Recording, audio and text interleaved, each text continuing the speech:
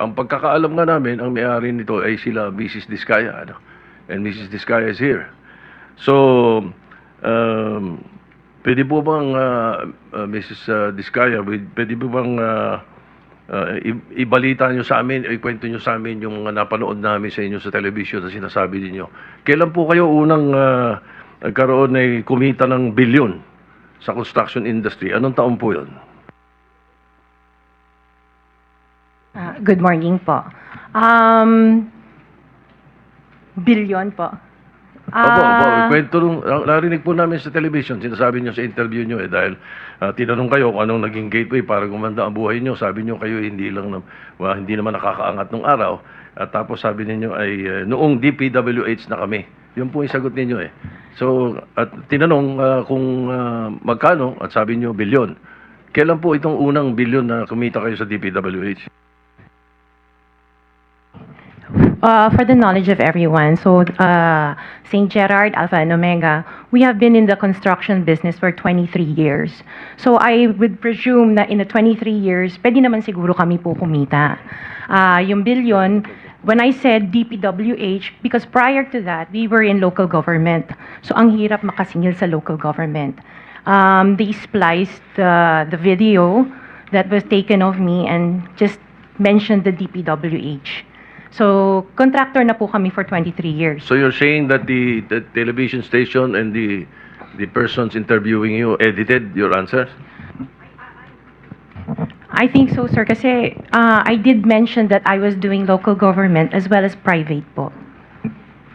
Yeah, if I may, with the Yes, permission of, with the permission of the chairman, Senator President Pro Tem. Ma'am Sara, ano ba ang naging trabaho niyo bago kayo pumasok sa mga kontrata sa gobyerno? My father was a contractor before. Nangongontrata rin Pero siya? yes po, Nangongontrata rin sa for DPWH? LGU po.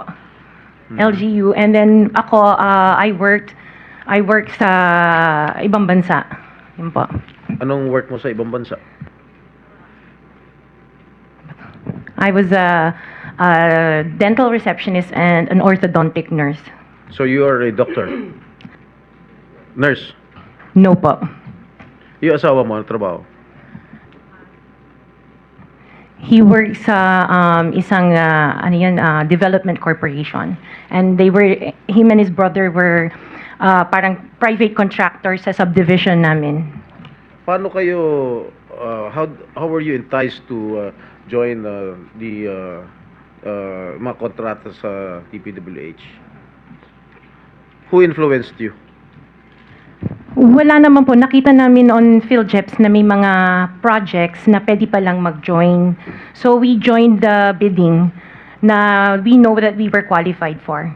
Alright, Mr. Chair, I would like to reserve all my questions if my turn comes already. Thank you, Mr. Chairman, to continue. Senator, Mr. Chairman. Mr. Chairman, Okay, with the permission of the Senator Minority Leader. Soto, the Minority Leader. Ma'am, very clear man yun sa video na sinabi mo. Kung kailan kayo kumita ng malaki, sabi mo, noong nag-DPWH na kami. Ngayon, gusto mong i-attribute yung wealth ninyo going back noon pa sa tatay mo, noong nagsimula kayo ganon. Pero very clear, the video won't lie. Sinabi mo, noong nag-DPWH na kami. Yes po. So, kailan ba kayo nag-DPWH? Parang sometime in 2012, nag-start kami with DPWH. Can you be definite with your answer? Parang 2012? Oh, please, because you're under oath, please. Yes po. Make sure of your answers. Sometime in 2012, we started with DPWH. We started with joining biddings. Pero prior to that, we were with local government. Yung mga flood control projects, kailan kayo nag-engage ng flood control projects sa DPWH? Siguro mga 2016 onwards. Please make sure of your answer. Yes po, 2016 onwards po. 2016 onwards? Yes po. 2016 onwards. May follow-up Yes, ba? sir. Okay. Go ahead, sir. Go ahead. Alright. Kasi based on your... Una sa lahat, would like to clear the reason that we're asking you this, and centering on you at the start. Ganon din ang gagawin namin takbo doon sa ibang mga kontratista rito na naibitin natin na nasa top 15 ng presidente. Nasa top 15 ng presidente, may mga flood control projects, mayroong guni-guni, mayroong ghost, mayroong nagawa, may nagawang palpak, okay, may nagawang tama. Ngayon, tapos marinig namin yung kwento sa television na tungkol doon sa sinasabi nyo na napakarami ninyong kinita at ika nga sa DPWH to 2016 kayo nag-umpisa sa DPWH, pero yung mga pinakitang mga sasakyan ninyo ay 2022, 2025, 2024. So lately yung matindi, hindi po ba, na mga income ninyo? Mga anong taon kaya sa tingin ninyo? What year would you say that you were able to engage or be able to get projects from the DPWH for flood control projects? What year? Yun nga po, nag-start kami makakuha ng pailan-ilan, pero 2016 po onwards po. Yes. 2016 onwards. In 2017, how much did you pay the BIR on your income tax? Sorry, I don't have the data on me right now kasi I have an accountant that handles that po. Pero I can get it for you. Yes, please. May we request that Yes po. we find out how much your income taxes were paid from that time, 2016 to the present. No? Okay po. All right. Now, Mr. Chairman, in 2015, St. Gerard, which you own also, no, Mrs. Discaya, was suspended by the DPWH. In 2020, they were blacklisted by the DPWH. However, St. Gerard's pickup license was renewed and is valid from July 1, 2023 to January 28, 2026.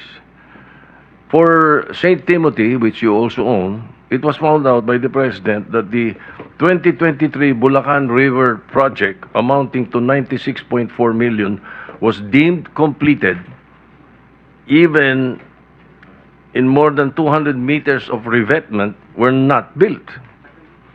St. Timothy's pickup license was also renewed 2025 to 2027.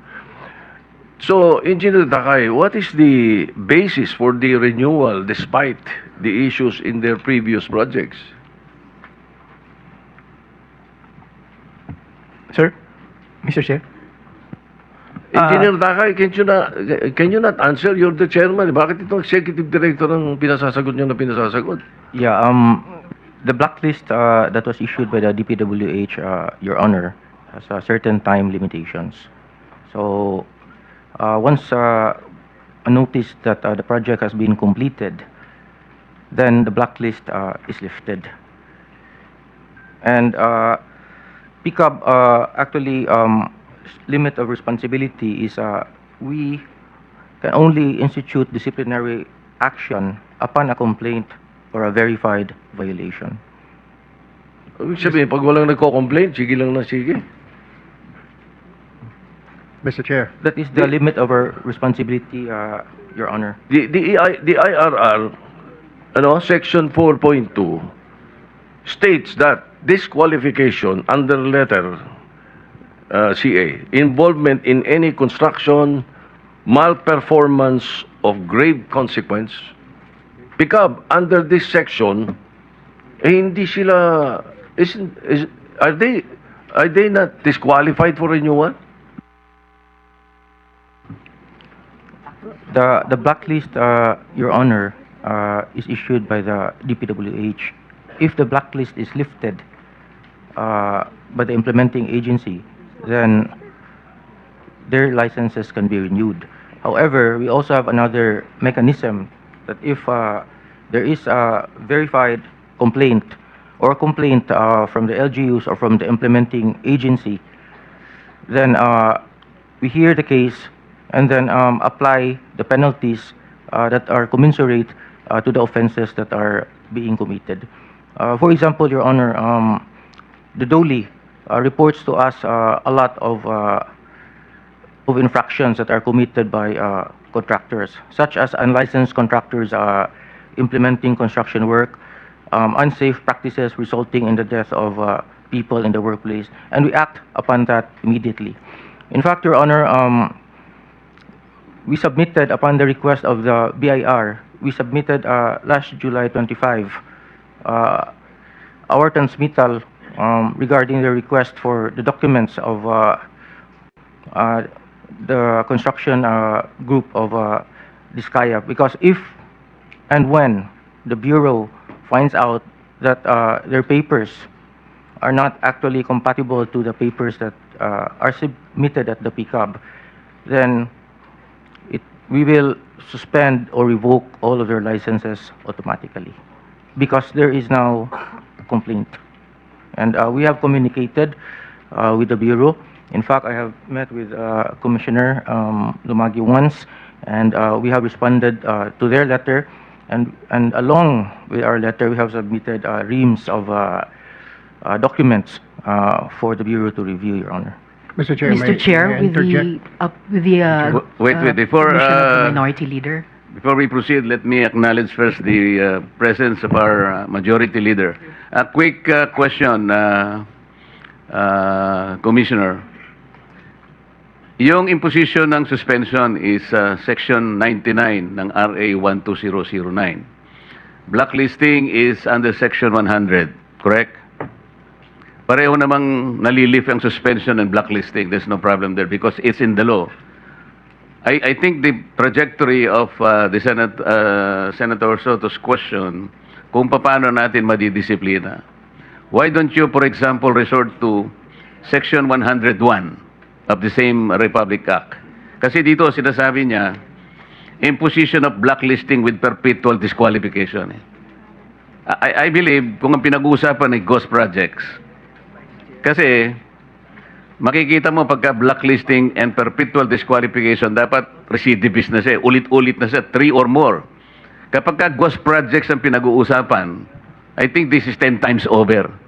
Halimbawa, nakalagay dito sa blacklisting, corrupt, fraudulent, collusive, and coercive practices. Katulad ng ghost, drawing up or using forged documents. Ghost projects. Hindi po pwedeng mag-apply yung Section 101, but there is a perpetual disqualification of this. You have to look into this. Yun siguro ang gusto mong puntuhan, Yes, sir. Senator, di ba? Yes, sir. Mr. Chairman, thank you, And sir. then I think we have to put a limit muna, sir. Kasi medyo gusto nang magtanong Sige. yung iba. Sige, Makakabalik ka naman, boss. I'll try to wind up for a while. No? Yes. Marami pa po akong tanong eh. My point here is that I want to amend the law creating the PICAB. Kailangan lagyan ng mas matinding power, mas maraming koordinasyon at coordinate sa DPWH, hindi lang sa DTI. So my line of questioning is towards that. Kung ano mga naging performance nyo, ang ginagawa ninyo, paano kayo paano yung dinidisqualify, paano yung license ninyo. I heard you have 45,000 accredited contractors nationwide. Mambigat eh. At tapos, ang sabi niyo, maliit na kumpanya kayo. Maliit na agency lang kayo. Tatlo yung board member nyo. Yung 2 board member mo, are you aware that they are contractors also? Engineer Takay? Yes, Your Honor, I'm aware. In fact, EGB has actually filed a voluntary leave of absence the day after their name appeared on the list of the So when they were appointed by whoever, President Duterte or President Marcos, because I know for a fact you were appointed by President Duterte originally, di ba?